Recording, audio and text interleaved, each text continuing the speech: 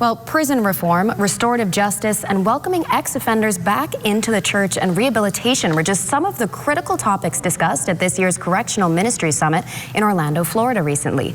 A 10-member team from the Bahamas Prison Fellowship Unit, led by President Anthony Sands, represented the Bahamas at that two-day conference hosted by the Correctional Ministries and Chaplains Association.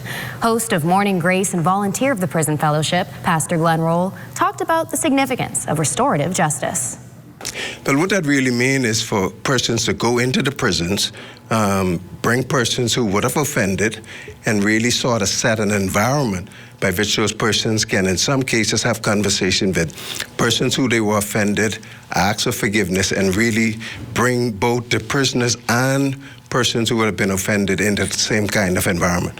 And what that also meant was that the government in some places would be able to also assist and create the kind of policies that lend to the kind of restoring the wholeness and the sense of community to both prisoners and persons who are in the community. As a former prosecutor, Pastor Roll says this international conference opens up a window of networking opportunities for the Prison Fellowship Unit here in the Bahamas.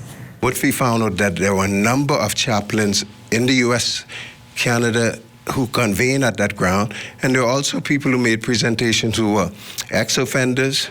In one case, the lady who did the presentation was pardoned by President Trump, and she now is the czar, the person who has responsibility for pardonship. So there's opportunities in that regard, and I do believe that the Bahamas have an opportunity to be able to address these matters, particularly when we look at our own laws that we're seeking to pass. For an example, they have a parole legislation that is presently before Parliament.